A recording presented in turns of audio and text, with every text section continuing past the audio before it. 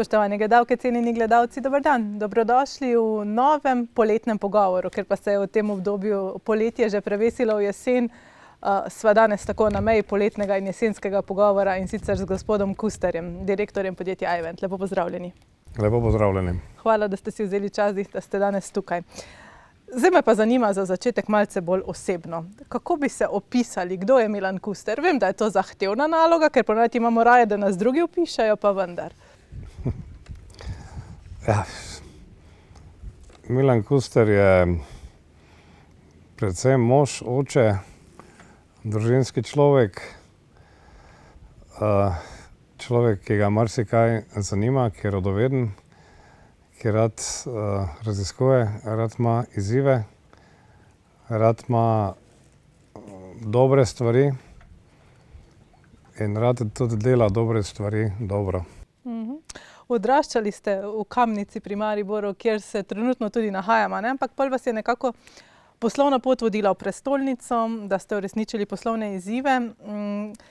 Nekako sem prebrala, ko sem brskala vas, da ste omenili, da v tem domačem okolju ni bilo dovolj poslovnih priložnosti za vas. A menite, da je danes poslovnežem lažje tu v Mariboru, da je več posluha nekako, da se je Maribor razvil v tej smeri? Ja, zanimivo vprašanje. Premalo sem involviran v mariborske zgodbe. Kar se posla tiče v Mariboru, so vedno pomembne mariborske zgodbe. In ljudje, ki so pač ponavadi se vrtijo okrog istih in okrog njihovih interesov. Seveda jaz, ki posebnih interesov nimam, se zdaj v Mariboru počutim krasno. Ko pa sem iskal svoj košček posla ali pa svoj prostor pod soncem, pa se nisem počutil tako dobro. In to je bil tudi glavni razlog, da sem se odločil in poslovno pot nadaljeval v Ljubljani. Tam ustanovil podjetje in nekako v okolju, kjer me nihče ni poznal, lahko dokaj neobremenjeno začel graditi svoje vizije, svojo zgodbo. In po 4-5 letih, ko je ta zgodba začela kazati prve rezultate, potem so pa ti Mariborčani začeli zopet k meni hoditi. Torej, nekako so poslovne priložnosti oziroma uresničitev le-teh bolj mogoče v okolju, kjer človek ni tako zelo poznan, oziroma je slovenska nevoščljivost v Mariboru še bolj prisotna kot drugod, če lahko tako rečeva. Ja, zdaj ali je to nevoščljivost, ali je pa to ozkost, ali je to, ne vem, neka nadaljevanje neke provincialne zgodbe, ki je Maribor zatekla po drugi svetovni vojni. Niti si ne belim glave s tem, kaj je razlog za to. Vem pa, da še danes je zanimivo, da recimo na svoji poslovni poti smo imeli kar nekaj prelomnic, kjer smo dobivali tudi mednarodne nagrade iz Houstona, iz Amerike, v Madrid smo bili povabljeni, v Berlinu večkrat. 3 leta zaporedoma smo bili uvrščeni na lestvico Financial Timesa med 1000 najhitreje rastočih podjetij v Evropi. Kup nagrad mednarodnih v Sloveniji, pa še nobene. Mi niti do danes še nismo bili niti nominirani za slovensko gazelo. Da ne govorimo o nekih podjetniških zvezdah, ki jih Delo zbira, da ne govorimo o nekih podravskih podjetij, da ne govorimo o raznoraznih komisijah in kriterijih, ki bi naj bili popolnoma transparentni, neodvisni, ampak nekako smo tu prezrti. To ne govorim iz neke bolečine, če mi verjamete ali ne, se mi res dol vozi za te nagrade, ampak to je pač tisto pregovorno, da moraš res uspeti v celem svetu, da ti pol doma in po rami udari pa reče: stari, glej, mater, nisi tak slab. Ja, mnogi uspešni poslovneži pravijo, da pravzaprav jih v tujini prej prepoznajo kot na domačih tleh, kar je, kot ste rekli, precej nenavadno. Hkrati se pa lahko vprašamo, zakaj potem beg možganov. Ja, glejte, saj smo sami skuhali to, da gre naše gospodarstvo v maloro, ne, da sami smo si skuhali to, da smo oprode nekih likov iz Evrope, sami smo si skuhali to, da nas vodijo takšni ljudje, kot nas vodijo. Težko jaz tu ocenjujem te zadeve kako drugače. Ampak če začnemo zdaj čisto na začetku, iVent oziroma predtem drugo ime podjetja se je začel čisto iz življenjskih potreb. Dajte spomniti na to zgodbo. Zakaj ste se znašli v tem poslu? Ja, res je. Mlajša hčera je imela težave z dihanjem. Iskali smo rešitve in jaz sem na enem sejmu pač videl en tak sistem podjetja Lunos. In sem to kupil, vgradil v našo hišo in potem so se njene težave, torej se je njeno stanje bistveno izboljšalo. Prav tako smo takrat odpravili neko plesen, ki se nismo mogli znebiti v robu, v vogalu, v kopalnici in tako naprej. In ta tretja stvar je pa bila, da je rekla žena, to pa je zdaj prva stvar, ki si jo domov prinesla, pa res funkcionira. No gotovo, ne prva. Ne, ampak tako je rekla. In potem sem jaz vedel, da je to produkt prihodnosti, ne? Ker če je dobro za našo hišo, pa za mojo ženo, potem pomeni, da bo dobro tudi še za marsikoga drugega. In iz te pač ideje je pol nastalo to, da sem se jaz zapeljal v Berlin, prepričal te nemške poslovneže, da sem ta pravi za to, da bi bil njihov zastopnik za Slovenijo. In tako se je ta zgodba začela, takrat še pod imenom Lunos. In seveda pod imenom Lunos smo mi, bom rekel, se ukvarjali s prezračevanjem celih 13 let. Dokaj v redu smo sodelovali do neke točke, ko smo pač prerasli strokovno, tehnološko in seveda vizionarsko to podjetje in smo morali pač narediti neki novi korak na tej razvojni poti in se pač z Lunosom raziti. In pravzaprav, ko smo govorili že potem, ko je vstopil v to vaše poslovanje iVent oziroma v vlogo tistega, ki zdaj prodaja prezračevalne naprave, ste omenili, da to je zgolj korak naprej, ne? Da želite napredovati in z njihovo pomočjo bo še lažje. Ja, ob prodaji podjetja sem tako razmišljal, ne? In saj se nisem dosti zmotil, ne? Zdaj sam, da povem, iVent brand smo mi imeli predno, smo prodali podjetje. Ne? In smo pač Lunos d.o.o. preimenovali v iVent d.o.o. in potem je bila prodaja iVenta d.o.o. istočasno, kot je bila sprememba imena podjetja, ne? Zdaj vstop v tako multinacionalko, ki ima 1 milijardo borzne kotizacije na londonski borzi, ki ima v lasti zdaj že preko 20 podjetij, podobnih kot je bilo moje in večjih, ne, je seveda neki izziv, hkrati pa ti odpira možnosti na svetovnem trgu, ne. Zdaj v dobrem letu našega sodelovanja smo se marsikaj naučili, eni od drugih. Bili so prijetni trenutki, bili so tudi manj prijetni trenutki. Jaz sem ponosen na to, da podjetja nisem zapustil, da sem vztrajal pri tem, kar mislim, da je pomembno za naše zaposlene, pa tudi za vizijo podjetja in zdaj počasi se to obrestuje in mi šele zdaj po letu dni začenjamo izkoriščati tudi neke sinergije, ki so posledica tega, da si član ene večje skupine partnerskih podjetij iz različnih držav po svetu, ne, in se lahko tudi z njimi kvalitetno pogovarjaš, lahko tudi koristiš kakšne produkte od kolegov, od drugih podjetij in tako naprej in tako naprej. Je pa mogoče ena stvar zanimiva, ki bo zdaj se slišala relativno neskromno, ne, tudi v tej skupini Volution, ki je v britanski lasti, smo po letu dni ugotovili, da smo z našim razvojem, z našimi vizijami, z našimi pogledi, izkušnjami in vsem, kar smo ustvarili v prejšnjih 15 letih, daleč številka 1 med vsemi podjetji. In seveda so tudi Angleži nekaj časa rabili, da so to spoznali, da nam tudi to pozicijo danes priznajo, da postajamo torej vodilni na področju razvoja za celotno skupino, ne samo za naše podjetje, ne?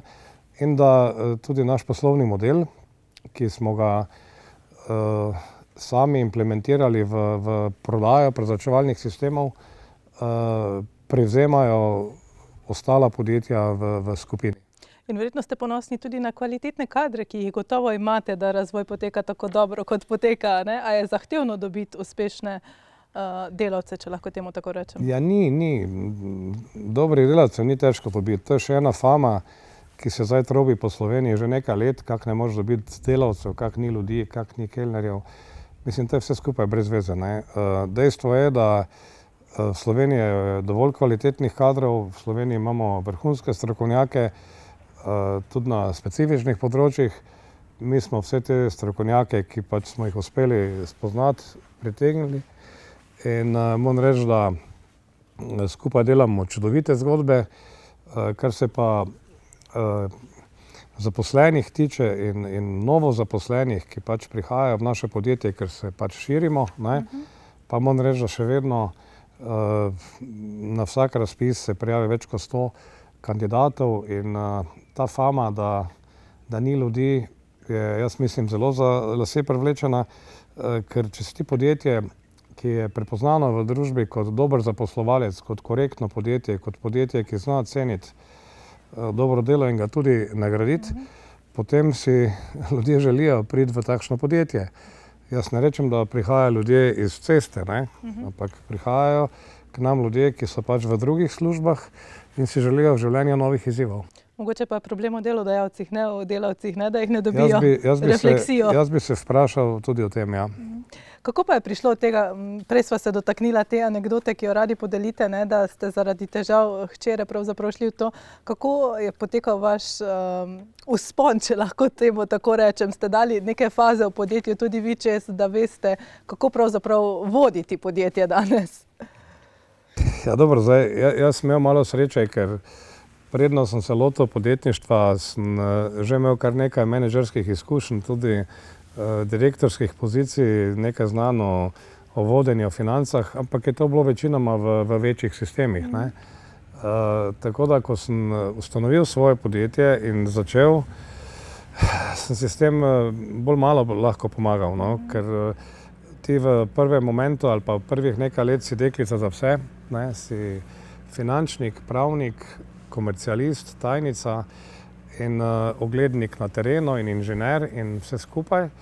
In je bilo naporno in ni bilo tako romantično, ko si marsikdo misli, ne, takrat noben ne bi z mano zamenjal, ne. Je bilo treba potrpeti, ne? Na leto sem delal preko 100.000 kilometrov, sam sem izvajal oglede na terenu, bili smo ekipa 2, kasneje 3, potem je stvar začela rasti, vse, kar smo uspeli zaslužiti, smo vlagali v izobraževanje, v marketing, v neki PR, da smo lahko ljudem razložili, da mi imamo rešitev za njihove probleme. Ker veste, vi lahko imate danes perfekten produkt, pa če ga ne znate spraviti do končnega potrošnika, vam to čisto nič ne pomaga, ne.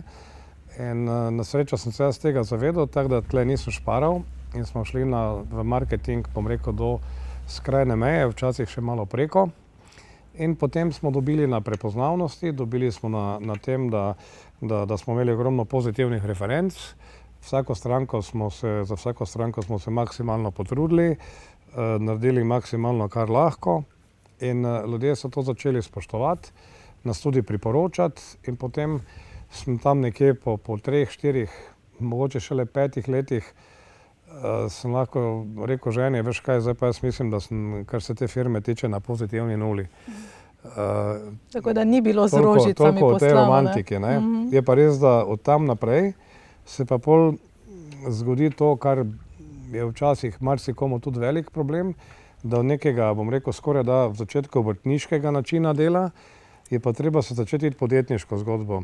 Tam pa sem jaz doma. Menedžersko, ne? Tako, in tam sem pa jaz potem pravzaprav prišel na svoje področje in od tiste točke pa do, bom rekel, do danes smo rasli eksponentno, diverzificirali funkcije v podjetju, pravilno nastavili, bom rekel, notranje procese, uredili vse, kar je potrebno, digitalizirali vse poslovne procese, naredili podjetje vitko in vse, ne vem, če si predstavljate, naša dodana vrednost na zaposlenega je 250 000 evrov.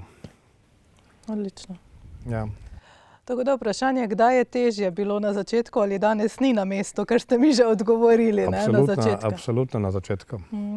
Kako pa vam je uspelo, vemo, da v tem obdobju je tudi gospodarska kriza bila v Sloveniji, da niste vrgli puške v koruzo, so ravno te vaše izkušnje menedžerske iz preteklosti ali je to štajerska trma, da se niste dali? Ma niti izkušnje, niti štajerska trma, bolj, bom rekel, zdrava kmečka logika, ne. Zdaj, pri krizi, ki je nas ujela skoraj da takoj potem, ko sem se začel ukvarjati z prezračevalnimi sistemi, je bilo potrebno se obrniti od večjih investitorjev, ki so gradili stanovanjske soseske, od gradbincev, projektantov in tako naprej. To je vse zastalo, ne. Firme so propadale po tekočem traku, projekti so se ustavili in vse to, kar sem se jaz pogovarjal z kolegi, ki sem jih takrat v branži poznal, mi ni pomagalo nič. In ravno to je bil razlog, da sem imel samo dve možnosti, ali neham, ali pa grem na fizične stranke, ne. Torej na Jožeka, Marico, Pepeka, Ančko, ki imata problem isti, kot ga imam jaz in kot ga imajo vsi, ki so recimo menjali okna, ki so, ne vem, delali neke posege energetske sanacije, da bi manj energije porabili, so v bistvu si naredili neprodušno zaprt objekt, ne. In tak objekt ne diha, ima svoje probleme in je v bistvu defekten objekt, če nima prezračevalnega sistema. In to smo mi takrat morali začeti razlagati, tudi nekaj oglaševati. Pojasniti pravzaprav Slovencem, ne? Tako, in mi smo pravzaprav branžo prezračevanja, pravzaprav smo jo morali sami razviti. Tle so projektanti, arhitekti, mislim, ne vem, če bi danes to upali potrditi, ampak ti moji kolegi v začetku so mi tak delec rekli, Milan, pa ti si na glavo padel, da bi v Sloveniji ljudje si delali luknje v hiše, v svoje hiše, tega filma ti ne boš vedel. In evo jih danes. No, vidite, danes jih pa delamo 50 000 na leto. Pa nobenega nič ne moti, ne. In ti si moral verjeti, bolj kot vsi tisti, bolj kot moji profesorji na faksu, ki so isto razmišljali. Kaj so bile pa neke največje prelomnice v podjetju? Sami ste jih že omenili, sami ste omenili tudi ogromno nagrad, ne, ki ste jih nanizali. Mogoče je tudi lahko to motivacijski moment, ko je priznano delo, če ne v Sloveniji, pa v tujini, kar je morda še bolje, glede na to, da resursov je v tujini ponavadi več kot doma, ne? Ma glejte, te nagrade iz tujine so bolj ali manj tak ti malo dušo poboža, ne. Pa čisto nič drugega, ne. Torej pravo zadoščenje, pravo veselje, moram reči, da veliko je v gradnji tega podjetja prispevala moja žena Damjana, ki je sociologinja po profesiji, ima en neverjeten feeling za ljudi in dejansko je znala na nek način poskrbeti za notranjo klimo v podjetju. Jaz sem bil v začetku dosti oster menedžer, kasneje sem se omehčal, danes sem že baje čisto v redu, ne. Ampak v glavnem ona je bila pa ko en sindikat, ki je tu bila en amortizer med mano pa zaposlenimi in to se je izkazalo kot odlično. Torej vedno smo imeli v podjetju tako vizijo, da je dobro delo treba dobro nagraditi, da je dobičke treba deliti med tiste, ki so prispevali k temu, da imamo dobičke in da pač, če smo mi bogati, morajo biti tudi moji zaposleni bogati. In meni osebno pač je bila največja nagrada, ko je en izmed mojih zaposlenih, ki je prišel k nam iz fakultete, brez izkušenj, v prvo službo, čez 4 leta po prvi zaposlitvi nas povabil na otvoritev svoje hiše z bazenom, ki jo je zgradil brez kredita. Takrat sem jaz rekel, veš, to pa je nekaj, na kaj pa smo lahko ponosni. Upam, da s prezračevalno napravo je bila ta hiša. Ja, brez skrbi, da je zgradil prezračevalni sistem naš. Zaenkrat hvala, sledi kratek premor, gledalke in gledalci, ostanite v najini družbi.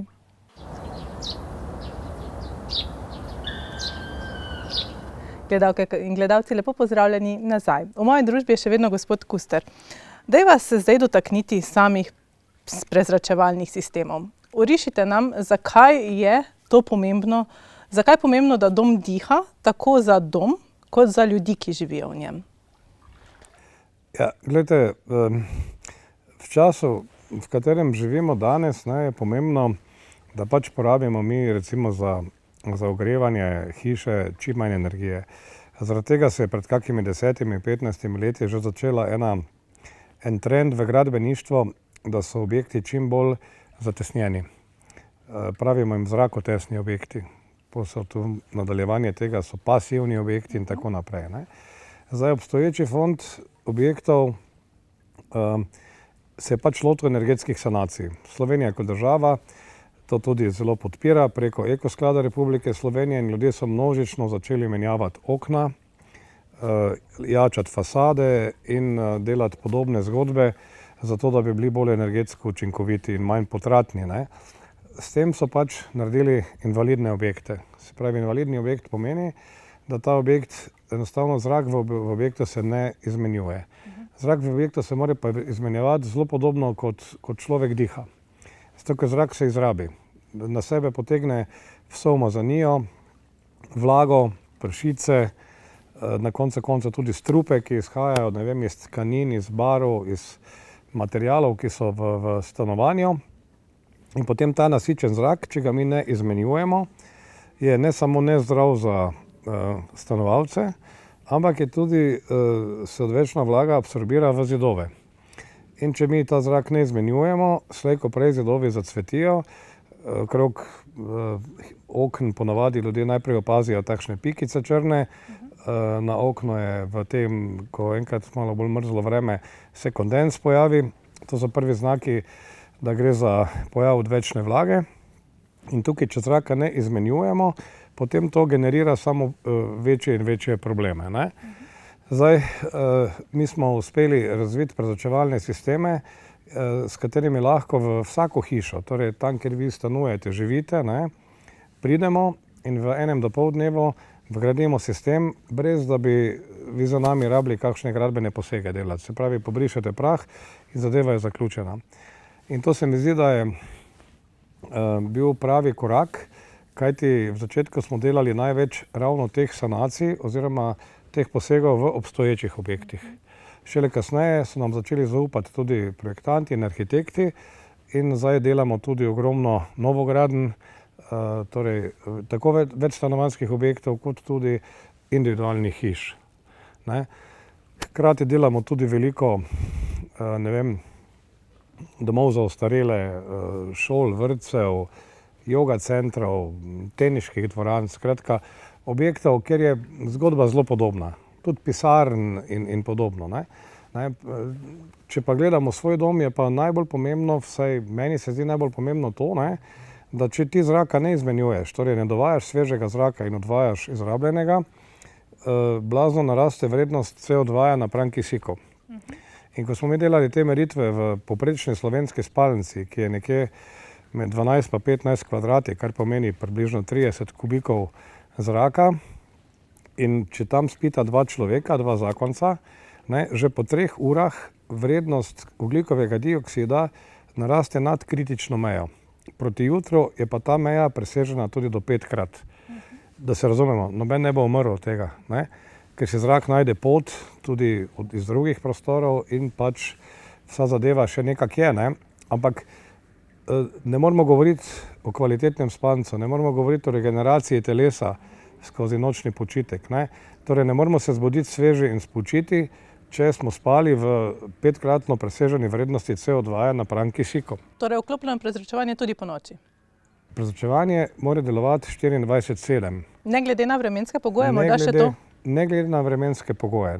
Seveda, naši prezračevalni sistemi so dovolj kvalitetni, da prepoznavajo situacijo, merimo temperaturo, vlago, ppm, to je ravno vrednost CO2 napram kisiku, imajo vod senzor in podobne dodatke, ki potem samodejno prilagajajo delovanje prezračevalnega sistema glede na razmere v objektu oziroma izven objekta. To je ključno. In najbolj ključno pri vsem skupaj je pa to, da smo uspeli znižati slišnost delovanja teh prezračevalnih sistemov na pod 12 decibelov, kar pomeni, da je to tako popolnoma neslišno, da pravzaprav tudi med spanjem v spalnici nobenega ne moti. Razen če izjemno dobro sliši, ampak to pa so že druga sorta. To pa bom povedal kot zanimivost, da pa smo imeli nekaj takih primerov in to predvsem pri ljudeh, ki imajo kako drugo hibo. Se pravi, človek, ki je slep, ima tako razvit sluh, je rekel, to je neverjetno, kako jaz to slišim. Mi smo zaradi tega potem tudi nadgradili svoje sisteme, tako da se da sprogramirati, torej to si lahko vsak uporabnik sam naredi in pol si naredi tak, da recimo med 10. zvečer pa med 1. zjutraj se sistem ugasne, da ti trdno zaspiš, potem zopet deluje in potem gre na te normalne obrate in ko nekdo trdno spi, takrat ga pa pol to ne moti. Ne moti, več ne sliši. Povejte, mi ste se že kdaj znašli pred prezahtevnim objektom za vašo prezračevalno napravo, glede na to, kaj vse ste prej omenili? Ja, glede, odgovor je ne. Pa spet se sliši tako malo neskromno, ne? Ampak mislim, vsa čuda smo prezračili. Prezračili smo klet v globino 3 etaž. V Ptuju, ptujsko klet, vinsko klet. Prezračili smo, ne vem, kraško hišo, ker je bil zid debel 1,75 m. Pa smo ga zvrtali in vrtanje ene luknje je trajalo 2 dni. To pa ni več hec. Ampak smo uspeli. Skratka, ni nemogočega objekta, ne. To so izzivi, treba je premisliti, treba se znajti, treba je zaupati tudi svojim sodelavcem. Na koncu ta zadnji na objektu so monterji. Naši monterji so res vrhunski, lahko jih samo pohvalim. Imajo za sabo tisoče montaž na različnih objektih, situacijah in marsikdaj se zgodi, da se kakšna zadeva sploh ne more predvideti in se šele pri montaži nek problem izpostavi. In naši monterji problem rešijo. On ima od materialov do dodatkov, do vsega živega, če pa nima, pa gre do prvega Merkurja, pa bo naredil neko varianto, s katero bo situacijo rešil in ne bo šel z objekta, dokler ne bo zadeva 100% funkcionirala. Torej, to zaupanje pravzaprav od vas, direktorja, do samih monterjev, ki na koncu izvedejo, ne, je tisto... Seveda. Glejte, ljudje niso ovce, ljudje to čutijo. Ljudje, že ko mi pridemo od prvega stika s podjetjem, pa do tega, da pridemo na ogled, pa do tega, da se pogovoriš z stranko, da ga poslušaš, da razumeš njegove probleme, da mu svetuješ, on dobi občutek, ali se ti spoznaš na stvar ali ne. Ali prodajaš meglo, ne? Ali pa prodajaš meglo, ne.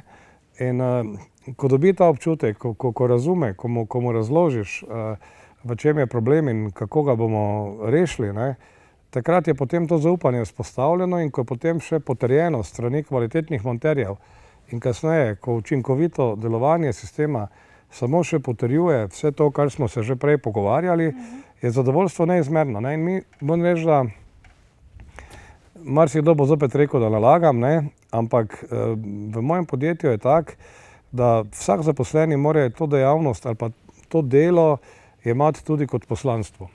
Sej delamo za plačo, na koncu koncev je tudi denar pomemben, ampak mi enostavno, naša glavna filozofija je, da smo mi tukaj zato, da rešujemo probleme v slovenskih domovih in da izboljšamo kvaliteto življenja Slovencev. In seveda zdaj delamo to tudi širom po svetu. Prvenstveno pa smo začeli v Sloveniji in tudi največ montaž še vedno opravimo v Sloveniji. Zdaj, po vas se je pojavilo kar nekaj podjetij, ki se tudi ukvarja s prezračevanjem. Vaša drugačnost je verjetno ravno to, kar ste mi prej že opisali, ne? Neke prilagoditve potrebam ljudi, tihe naprave in tako naprej. Ja, glejte, pri tehničnih parametrih, ne, je dosti podobnosti, ne.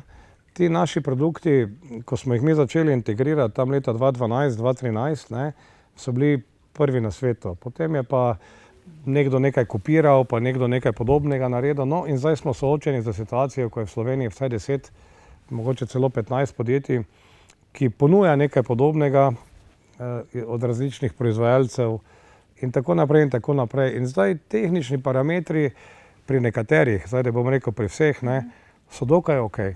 ni kaj dosti, a veste, to gre za finese. Ne? Je pa ena velika razlika. Ne? To je to, da moji inženirji imajo za sabo 50.000 objektov in mi znamo postaviti sistem. Ni vseeno, kam daš ti posamezne elemente in katere elemente izbereš. Mi tudi ljudje najbolj poznajo rekuperatorski element.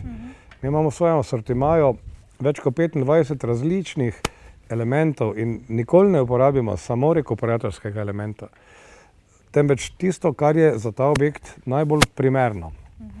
In tu gre zdaj za skupek izkušenj, znanja, strokovnosti in pa seveda tudi te visoke motiviranosti, da naredimo kar se da najboljše za uporabnika.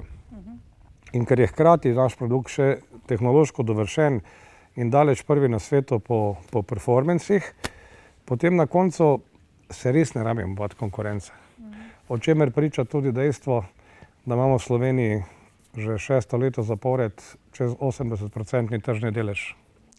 Kaj pa samo oziroma upravljanje prezračevalne naprave? Rečemo tako, je enostavno tudi za tisto mogoče starejšo generacijo, ki ni najbolj vešča z pametnimi napravami. Torej se prilagodite tudi starejšim uporabnikom. Ma glejte, absolutno. Mi imamo en velik delež uporabnikov, ki so starejši. In vedno smo stremeli k temu, da ta prav prezračevalni sistem mora biti takšen, da ko ga integriraš v stanovanje ali pa v hišo, mora biti tak, da človek sploh ne ve, da to ima.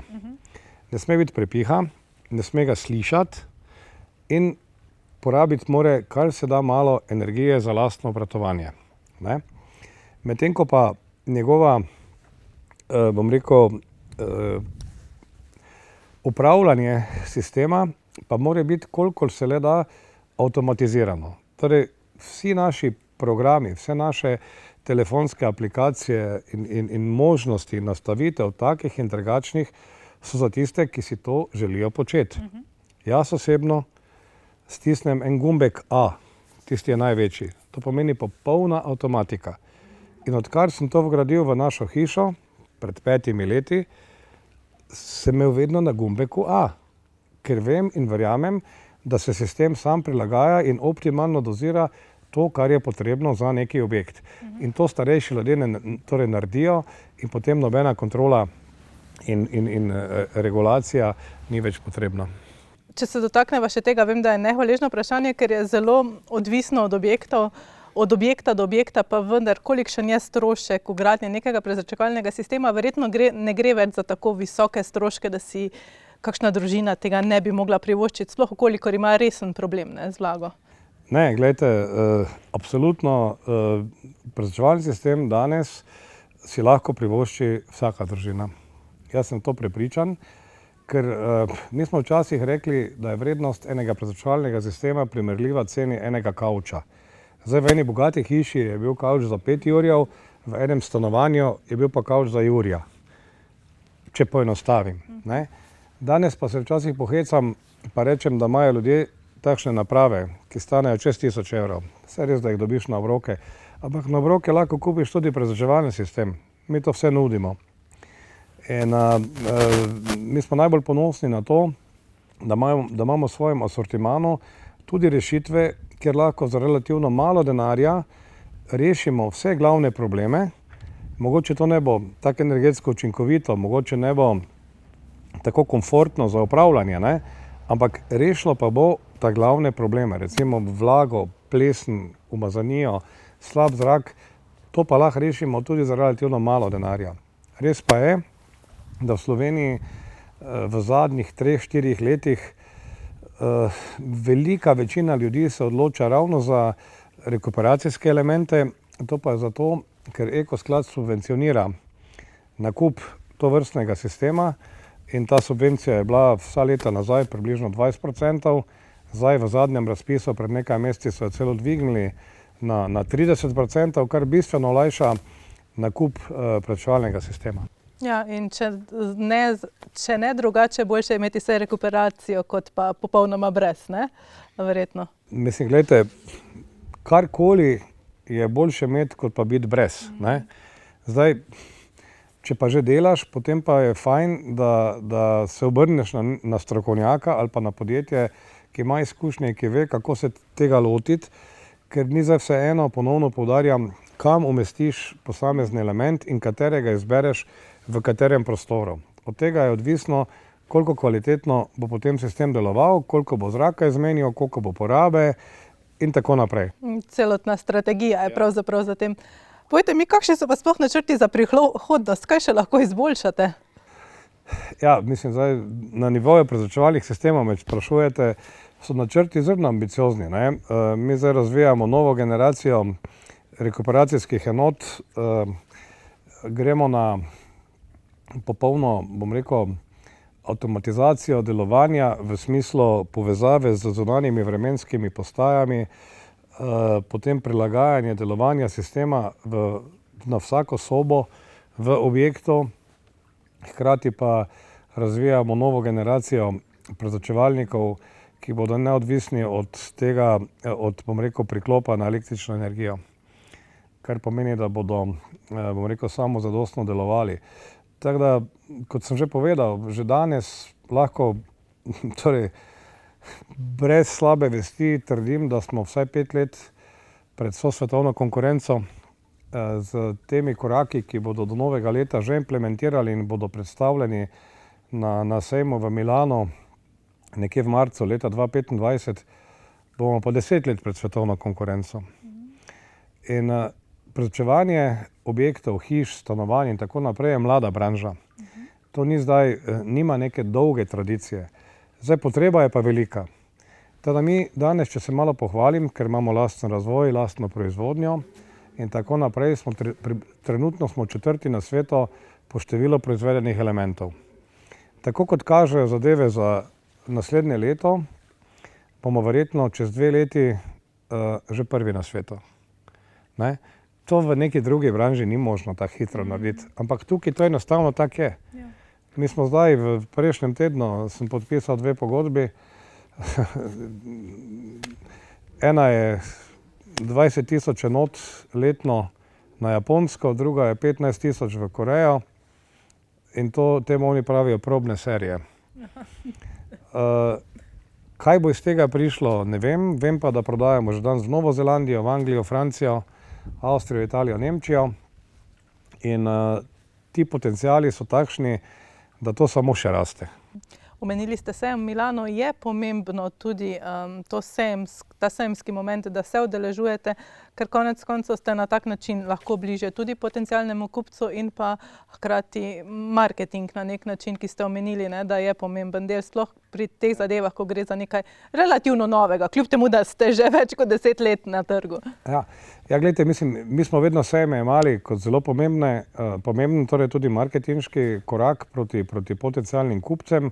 Smo se teh sejmov udeleževali, kupci tudi to spoštujejo, marsikdo se tam oglasi pri nas, ki je tudi že kupil naš sistem pred nekaj leti, pa nas pozdravi, pa podelimo kako izkušnjo. Veste, to je en taki tisti direktni stik z ljudmi, moram reči in zelo pohvaliti, da je pred nekaj tedni ali pa dober teden nazaj se je končal most, torej sejem v Celju, je bil izredno lepo obiskan, mi smo imeli ogromno obiskovalcev, ogromno interesentov se je tam pri nas oglasilo in jaz si ne znam predstavljati, da bi sejmi izumrli, kljub temu, da imaš danes vse na internetu, kljub temu, da se da vse danes digitalno predstaviti, je vseeno nekaj drugega, ko človek pride, se pogovori, vpraša, vidi, prinese neko skico, narišemo, razložimo, pokažemo.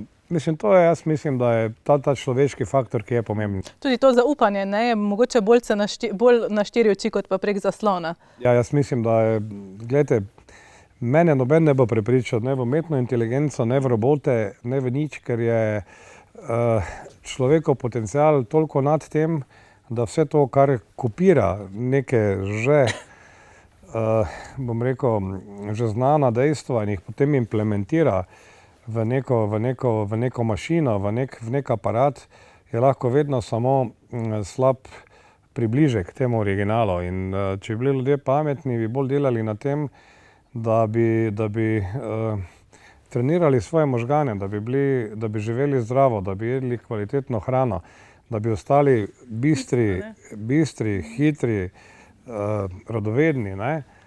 in potem lahko daš v koš vsakega takega umetno inteligentnega robota. Gospod Kuster, če se vrnemo še malce na vas osebno, kljub temu, da ste po poti odšli v Ljubljano, se mi zdi, da radi vračate lokalnemu okolju, ki pa Maribor in Kamnica sta. Tudi lani ste bili vpeti v to pravljično, oziroma kako se je že imenovala Kamnica? Pravljična Kamnica, ja. Kaj vas vleče do tega, da dajete nazaj? Vidite, to je zdaj tak, ne. Takih vprašanj vi ne bi rabili postavljati, če bi bilo v Mariboru vse normalno, pa ni. Ne. Ja, jaz sem Mariborčan, ne. Torej, tu sem se rodil, tu so se moji starši rodili, tu sta moj dedek in babica živela. Ena babica na Poštni 1, druga na Heroja Staneta 4 v Huterbloku. In mi smo Mariborčani. In zdaj, a veste, ti moraš vedeti, kaj je domovina. Pustimo državo. To sta dva različna pojma. Z državo jaz nisem zadovoljen. Ne? Ampak domovina pa je v meni, v mojem DNK-ju, v mojih prednikih in tudi v mojih otrocih. In normalno je, da kjerkoli na svetu bi ustvarjal neko dodano vrednost, v tem primeru jo pač ustvarjam v Ljubljani, da jo vračam v neko lokalno okolje, kjer se meni zdi pomembno, da se nekaj investira, če nekdo ima to možnost. In zakaj se nekaj to vprašanje ne bilo potrebno? Zato, ker če bi vsak tak razmišljal, ker to je meni edino normalno razmišljanje, potem bi se to dogajalo po tekočem traku. Ne bi bilo nič nevsakdanjega. Zdaj pa sem jaz tu bolj ali manj izjema, ne, malo čuden, ne.